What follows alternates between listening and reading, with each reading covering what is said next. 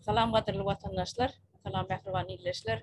Salam halmurada bizim bugünkü pleşimizde dışarıda geçireliydik. Aha qatwa wa alaykum assalam wa ala sarına vatandaşlar hemmeňize salam.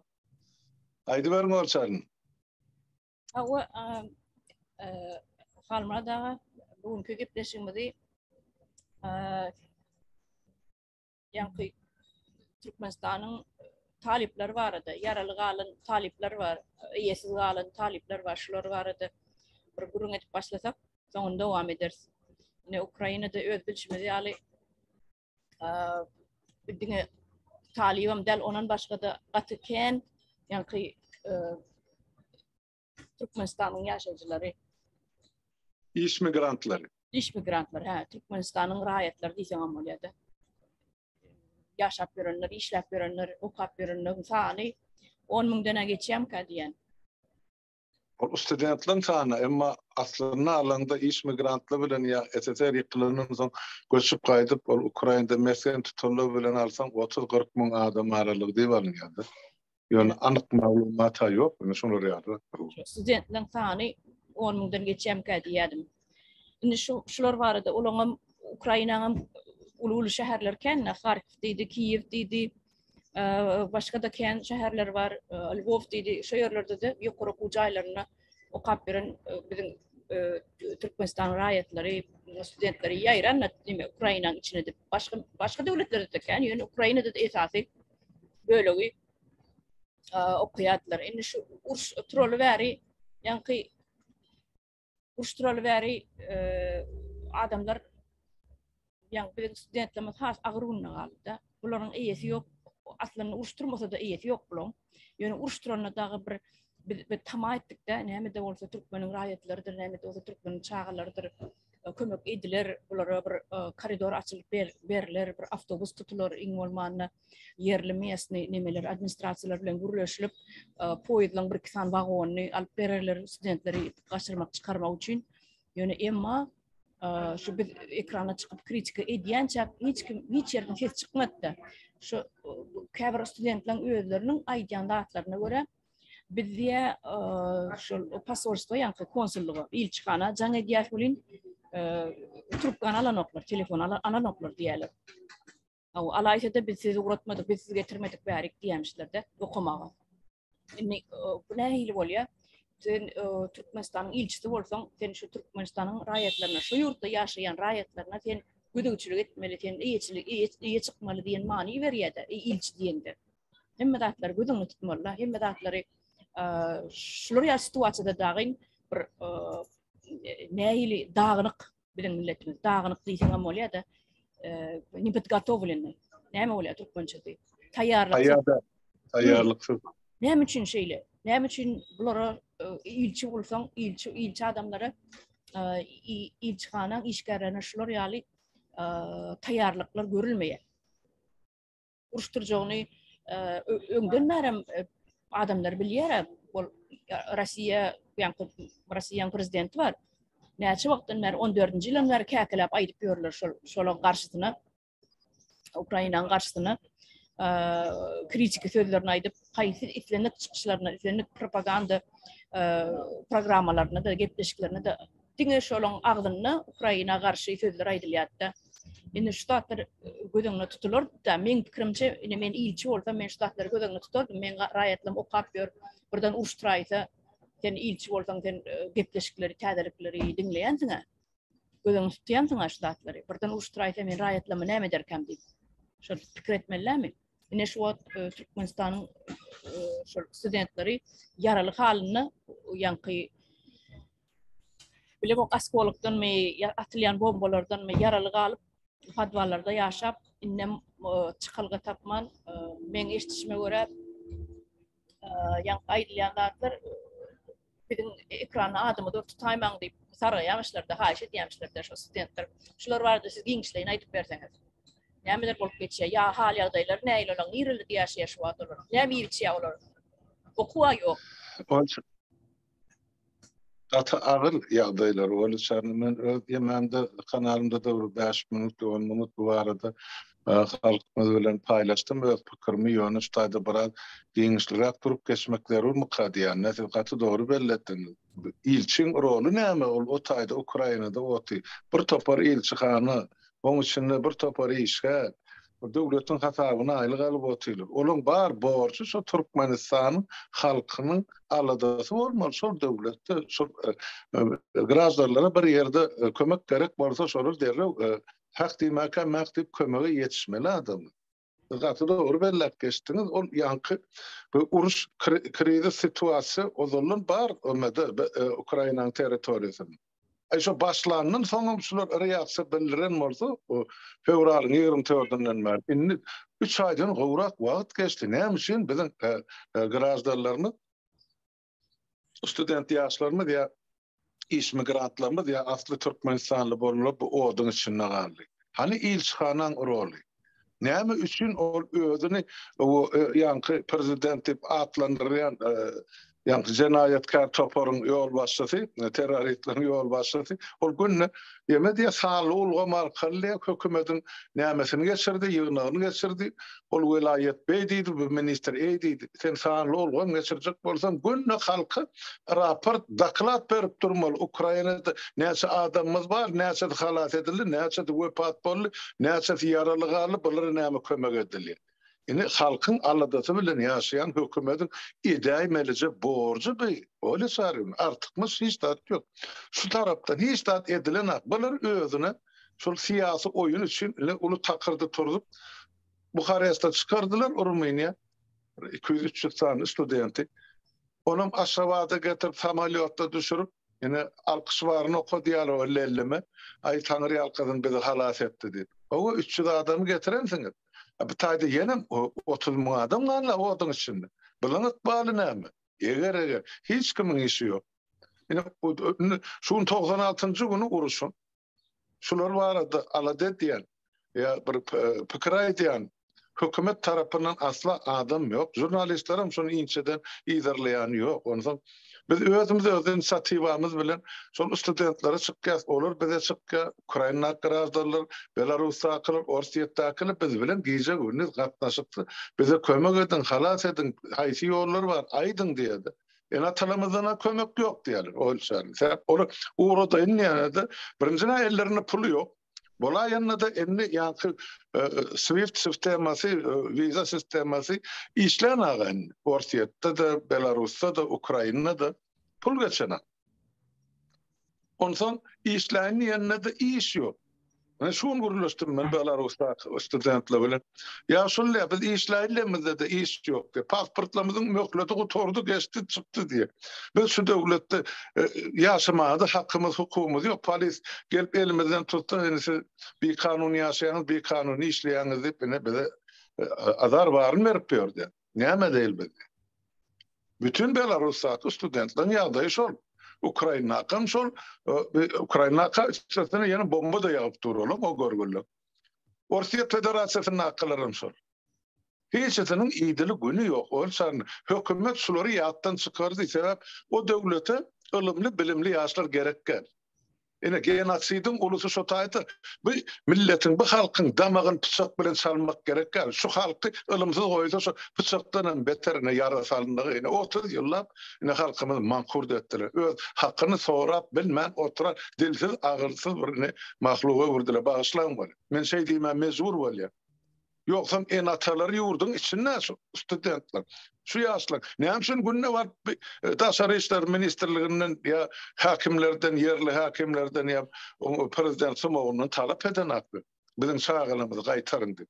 Näme millet öz çağasyny sadaka beräýdim ki. Men düşünüp bilemem.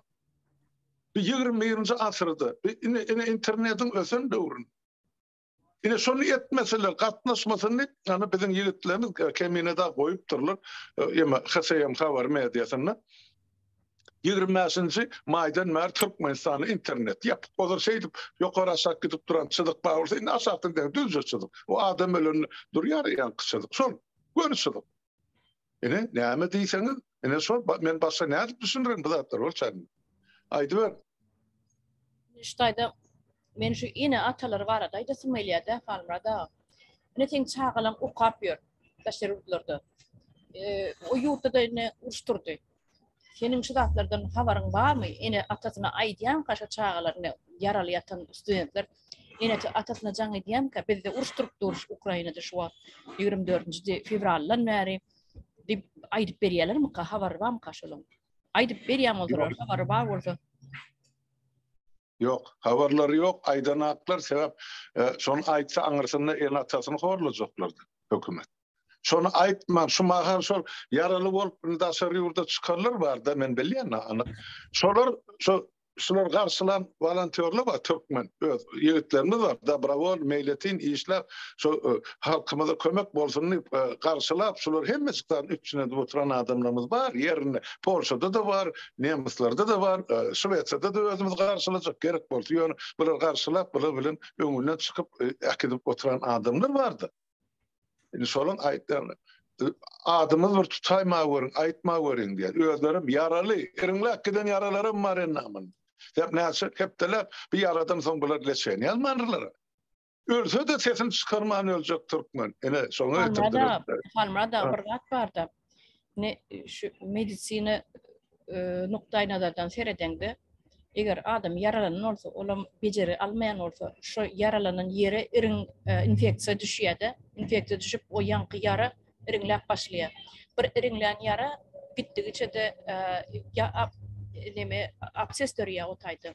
Abses dörýär. Ya da gangrena bolýar. Gangrena başlaýar. Ya bolmasa şol sepsis diýilýär, indi gana girýär, gana düşýär, iriň ýanky infeksiýa. Oňa sepsis diýilýär. Olam sepsis diýilýän adam bütün organizmde sirkuliýet edip gana geçen soň o bütün organizmi bitirýär şotaýdy. Türkmençe aýdaýyn bitirýär. Indi şu ýerde şu çağany şol adamyny bejer butul nime edip bolanok, spas edip bolanok, halat edip bolanok. Indi şol erwet tarapy bar.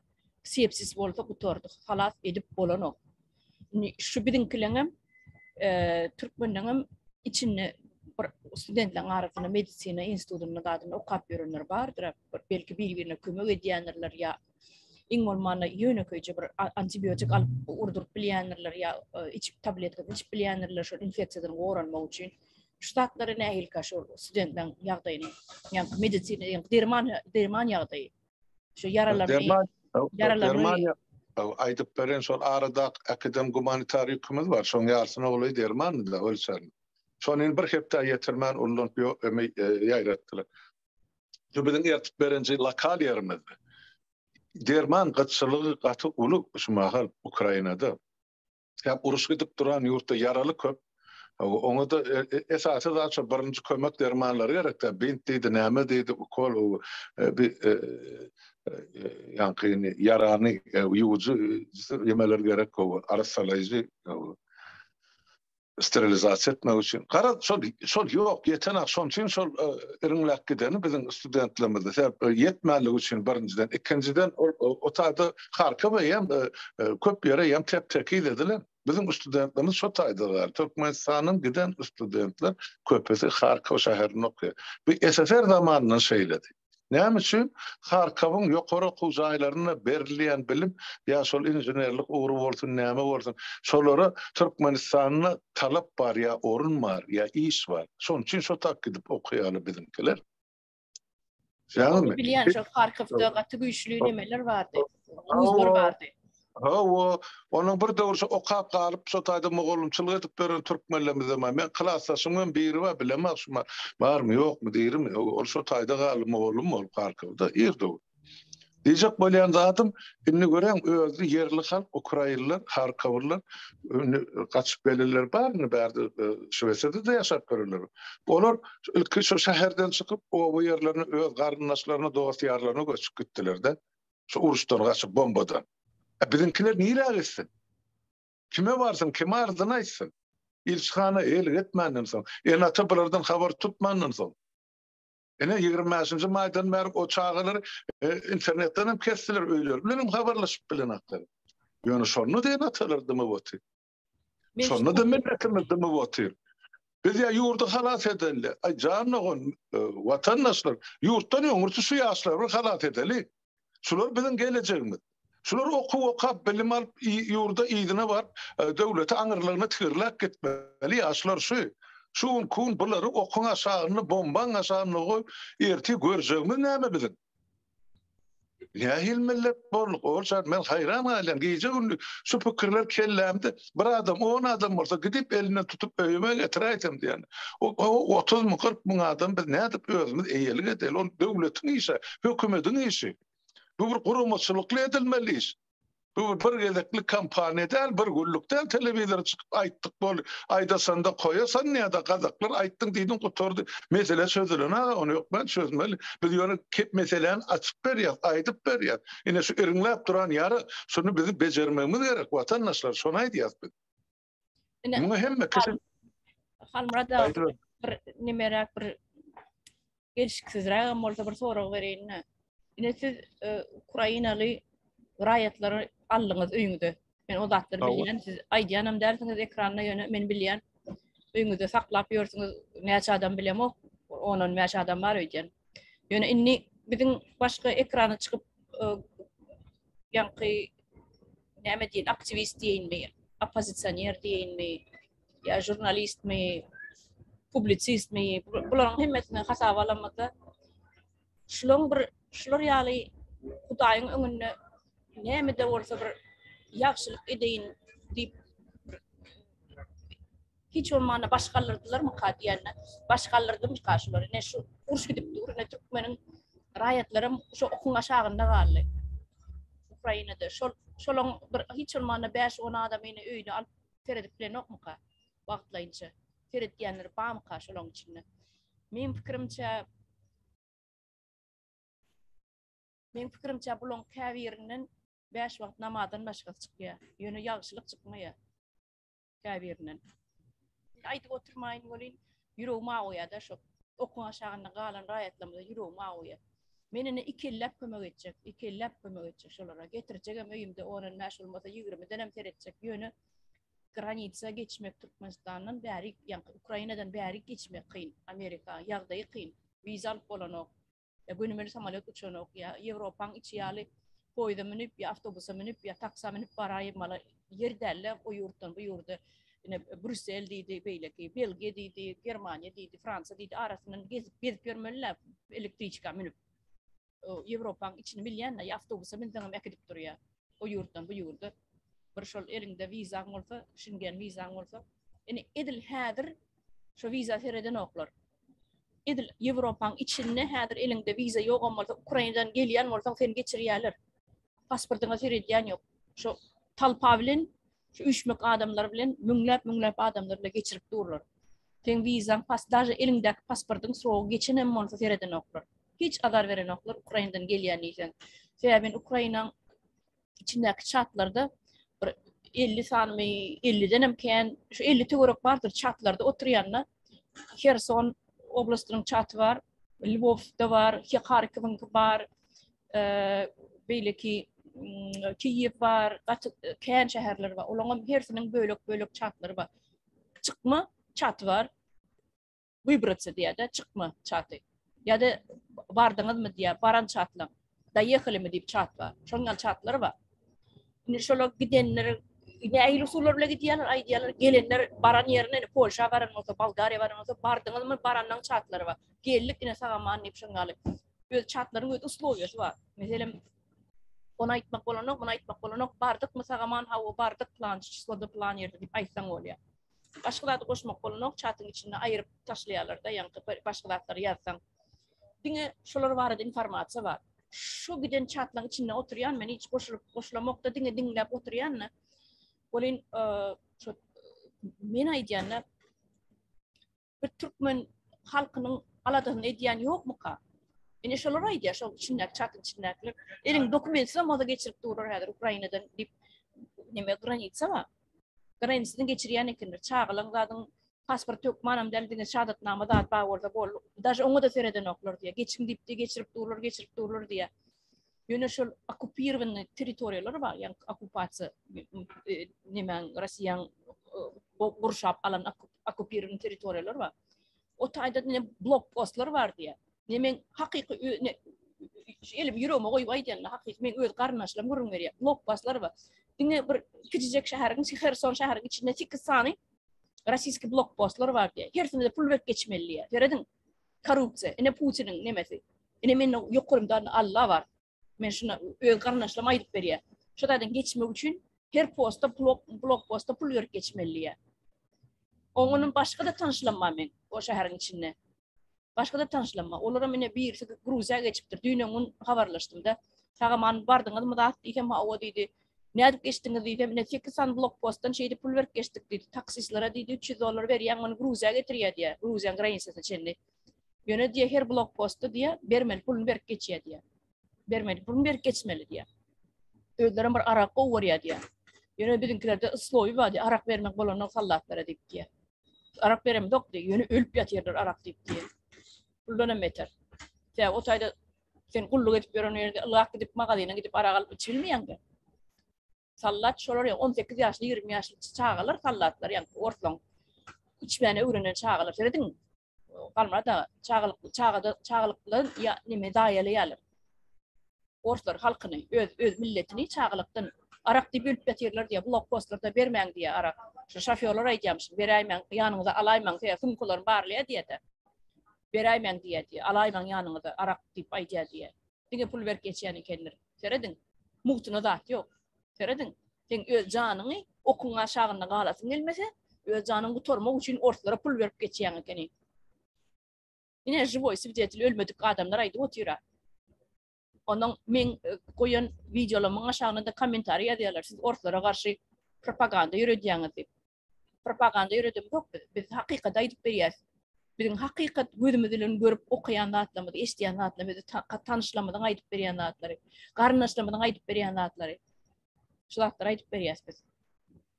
Sebebi Ruslan propaganda televizyasını programmalarını görmelilerle nizavисимый, yani kararsız başka ekspertleri, analitikleri, yani siyasetçileri, şuları dinlemeli, daşırırdın adamlarını dinlemeli. Olur ne diye.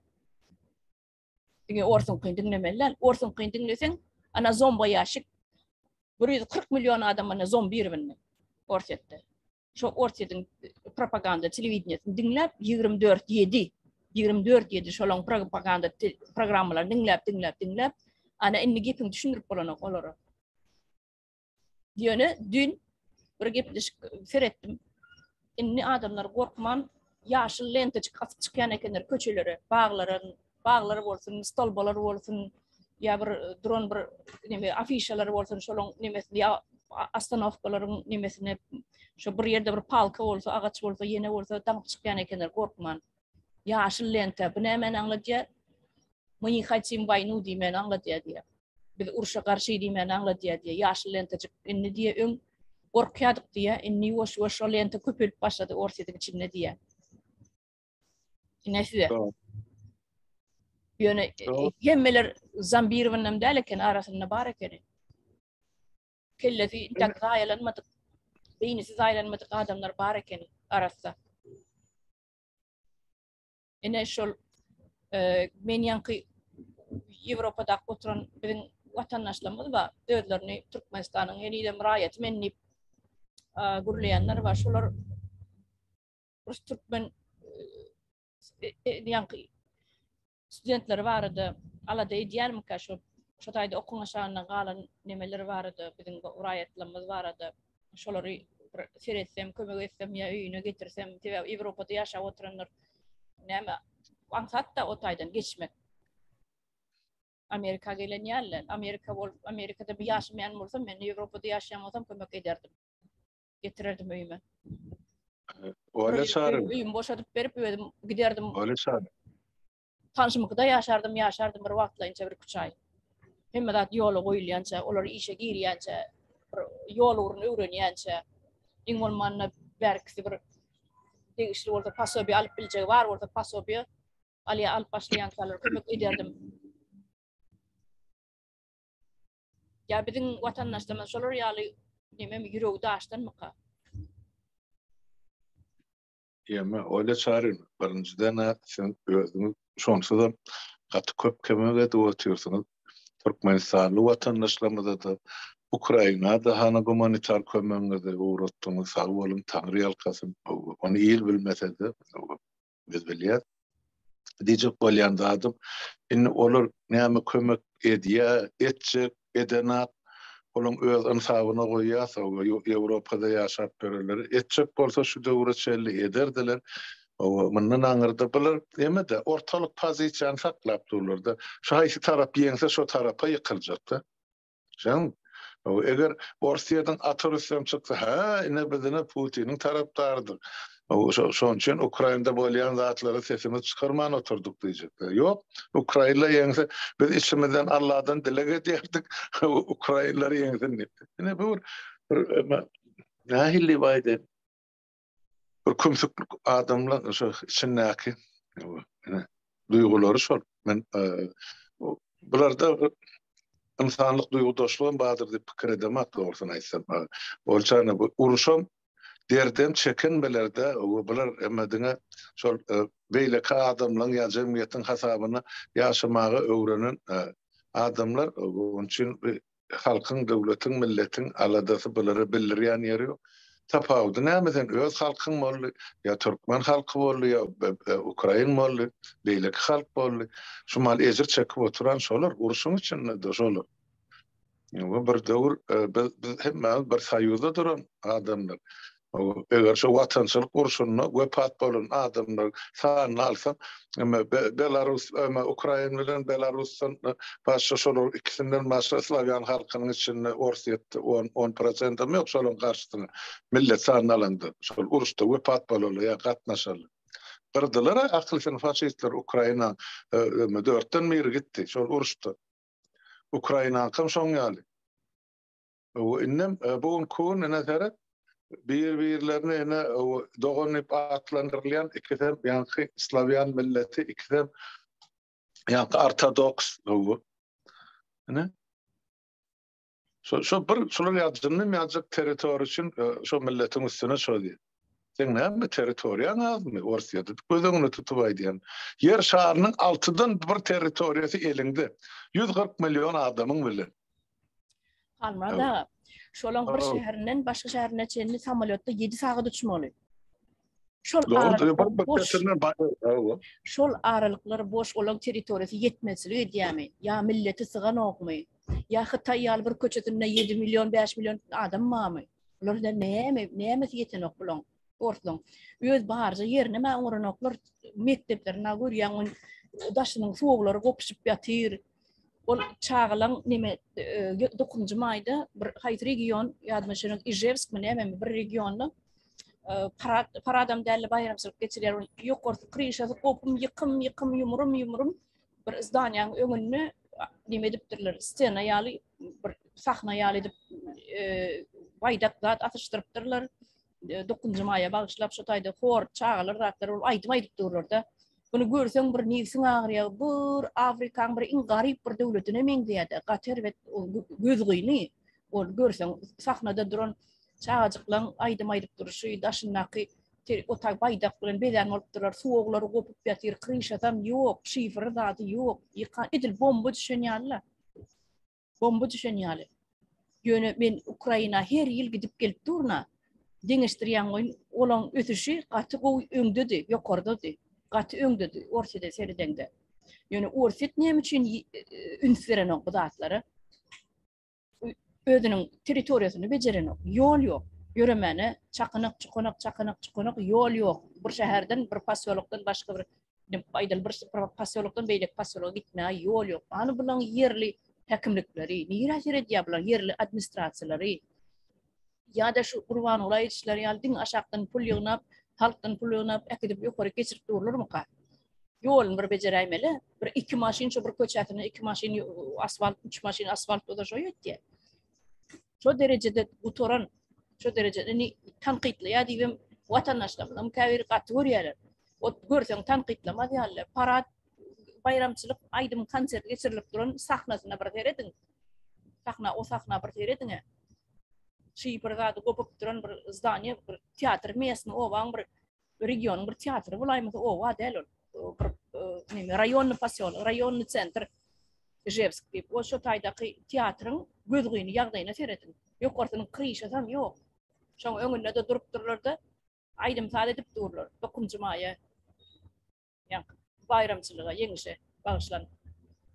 Bir aýdy otursa Türkmenistan'ın näme tapawdy var şoýan? Öyle särim. Türkmenistan'ın tapawdy ýok. Biziň kileňem hana ne suw var, ne ýangyjy var, ne aýlygy var, ne güllügi var. Ýöne hana öňünden çykyp tans oýnap el çat bu aýdym aýdýaranda hana o da şurda var gaýty görüp otdyň. Iň agyr regiony şol. Ol şan. Bir siýasat, bir diňe göz boýagçylyk.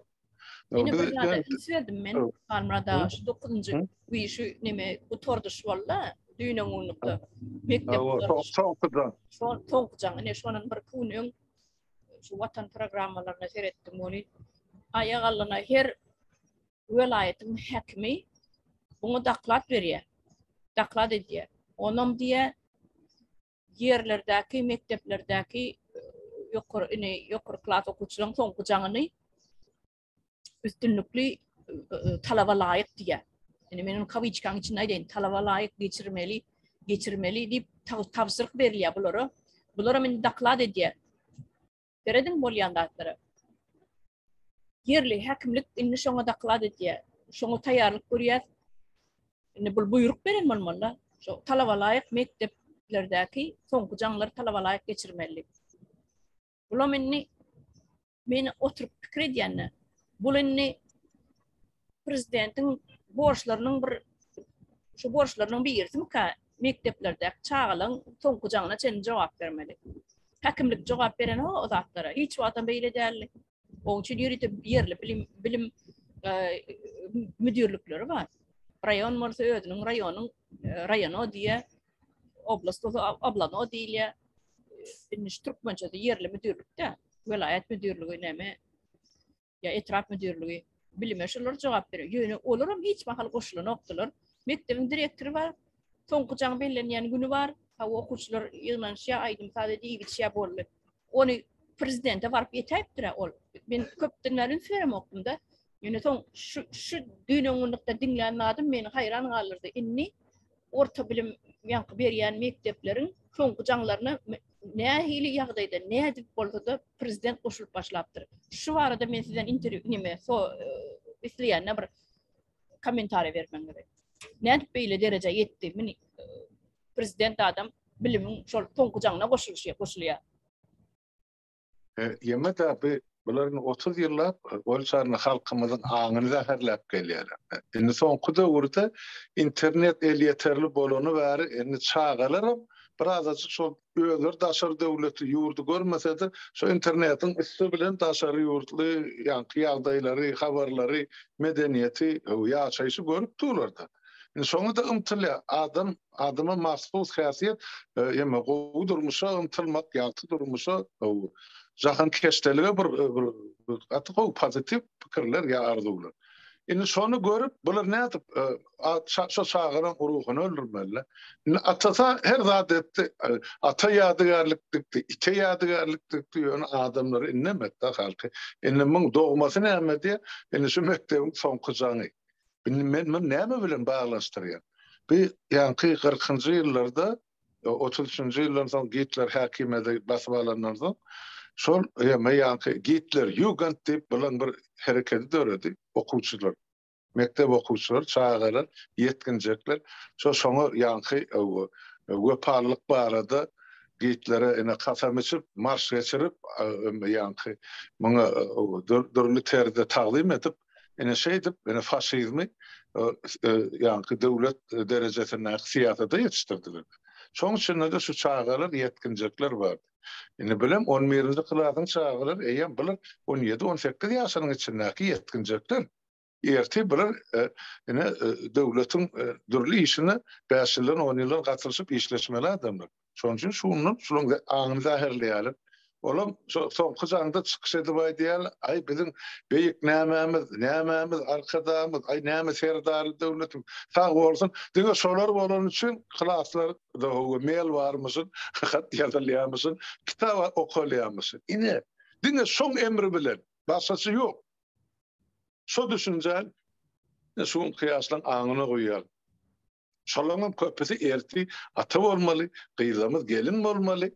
Ondan olaryň özünden öňüne şunu öwretjekler. Mektepde gören eşten zadyň. başka bir pikir döresi yok barman, golaylaşman, biz başka şaraktık diýdi. Ýoksa eger şol adamyň aňyna şol zatlar çykyp giden bolsa, ol çarny bir zat bardy. Bir nesil Niyazfa kasam etdi, elim uğrasan, dilim uğrasan, ömrüm kesilsin diye. Hanını el uğran, dili kesilin ya ömrü kesilin. Yok, boş takırdı. Şimdi sonra düşünüp adamlar sonra da tövbe edip iyizine gelip bir yanlışıktır deyip sonra bir aydı bilen halkımız yoktu. İçine hümledip bir ağlarlarını bilip. Yani sonra daşını çıkarıp birine içine akıp bakırını. Yine bedbahtçılığımız şotaydı bizim. Onun için ben oynayan siyasi oyunu bir mekteplerde geçiriyen siyasi çareleri en son gelecekte şunun beyle şun oğluna tabin olmalı hem aktığına tabin olmalı. O aktığın değil ol Kerim oğlu Şeretsen'in oğlun çok Lelim oğlu Taylovu gelene ne yapsın yani ayarları kırıydın alıp geldi. Eğer Kerim oğlu olyanmalısı ne yapsın ol yanına yok. Kurban Gulu prezident saylanan oğlunu, kakasını, ejetini hemmesini alıp geldi. Yani oğlu saylanan o ejetini mi alıp geldi Kurban Gulu, Kalyaska mendir. Hanonla Kerim Gulu, eğer bu Serdar'ın oğlu bolyanmalsa, bilemir ulokan bir sonra olupdur. Neme, onu men nemerek yalanma için mi bilecekler, yani ol Kurban Gulu'nun yoğulun, kıydının ya oğlunun çağı kıydılar. Şu oğlu olaymada yok olun, oğlunun çağatı narkotikten mi nemeden mi onu bilecekler yani onu boynum almayın. Yalan bana mümkün yani eşten dadım şu yok olun çağatının oğlumuşsun Kerim oğlu. Aha, Serdar'ın oğlu derler değil mi? Yok, onu başta şey diye bayttılar. Serdar'ın hiç dahilli yeri yok. Serdar'a. O şu yok olun bir çağatının oğlumuşsun. Haydi kıydım ya oğlumu bilecekler. Son şeyi anne götürüp veriyor. Sonu getirip görüyor musun? İlin yetim çağası hana köşelerde iyere çörek tapman bazılarda teleski teklapıyor. Okumalı çağır. Ama çağası meslekten yana gözünün önünü yorka varlap eşiklerine sığman dünyanın ters aylanıyor.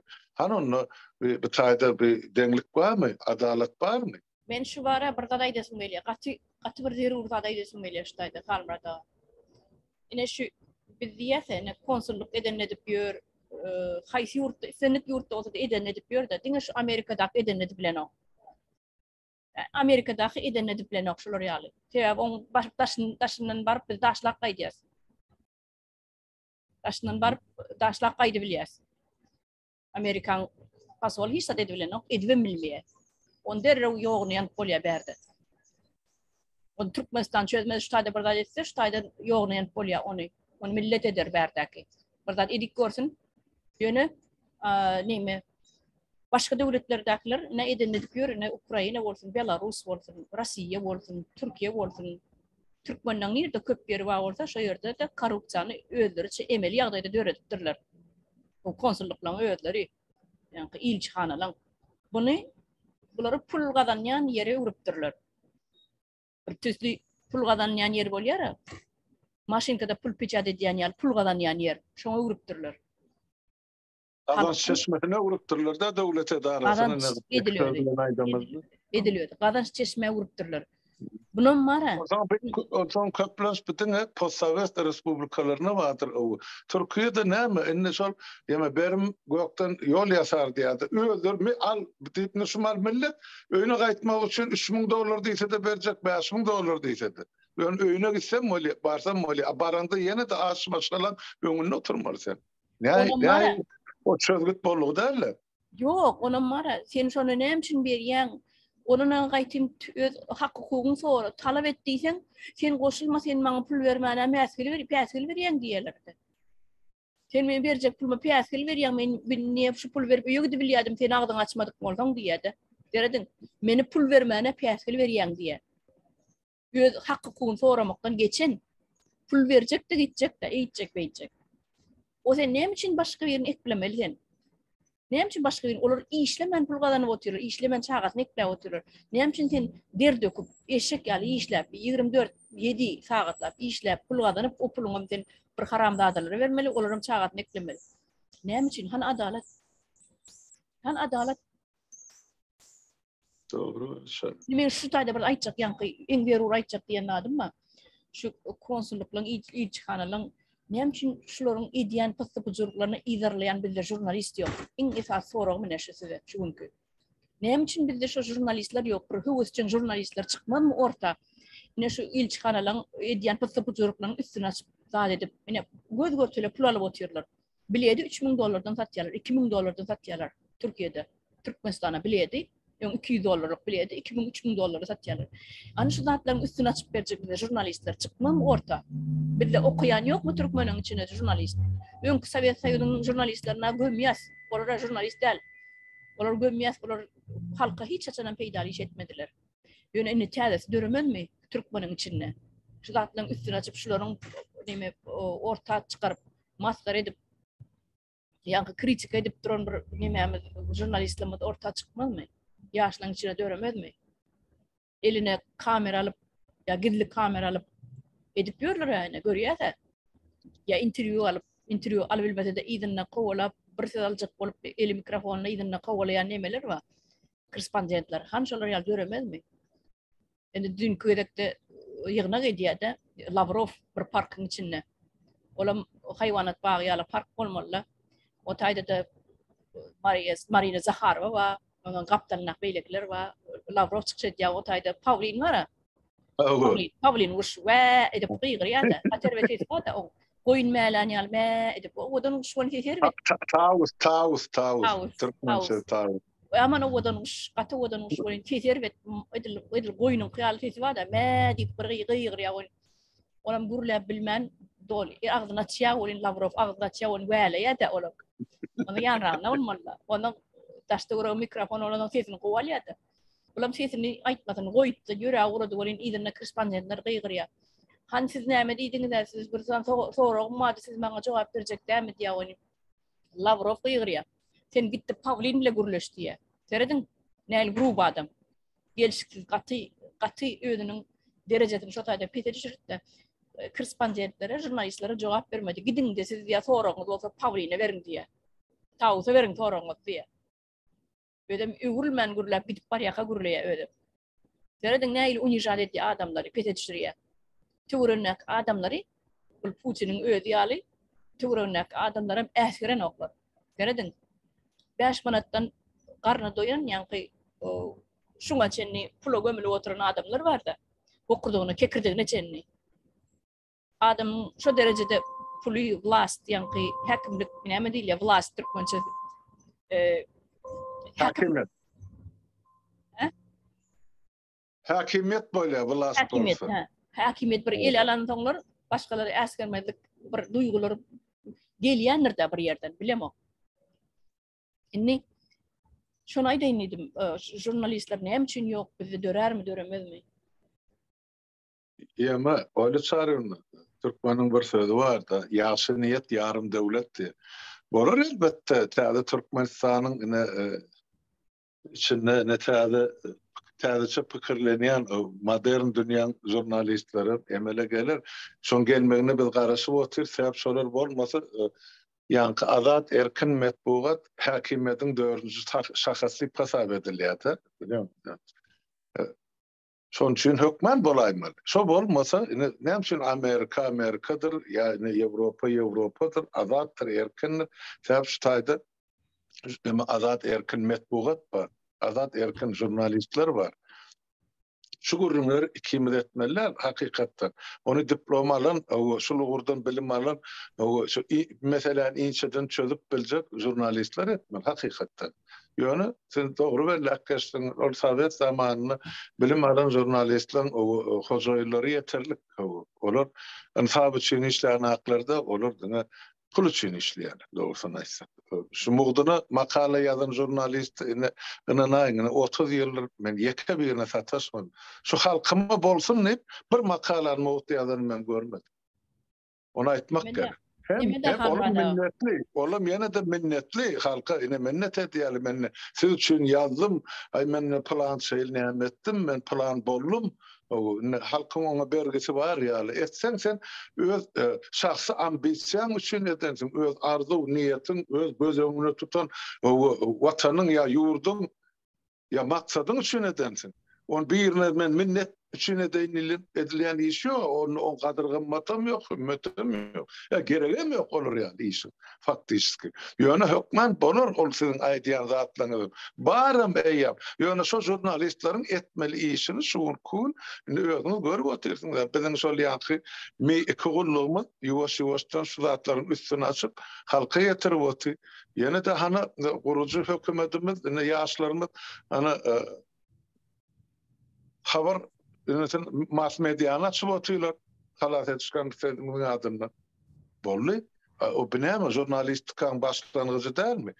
Sonra gelen adamlar var, makale yazanlar var, onun sesi bilen yetiriyen adamlar var, o kap veriyenler var.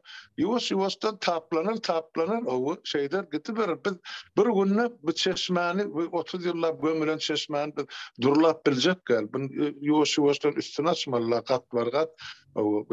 Üstüne 30 yıllar edilen, halkın karşısına edilen cenayet tükönüksüz, öyle çağırıyor.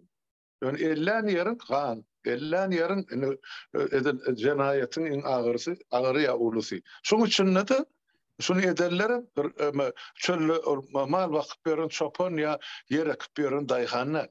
Şu ödünü men intelligent men yol başı ya men 2 diplomlu 3 diplomlu diplom taparağa diyor boynu karıştıklı kelle şöyle yaparlar. Yine şolur. Yurdu kan şolur.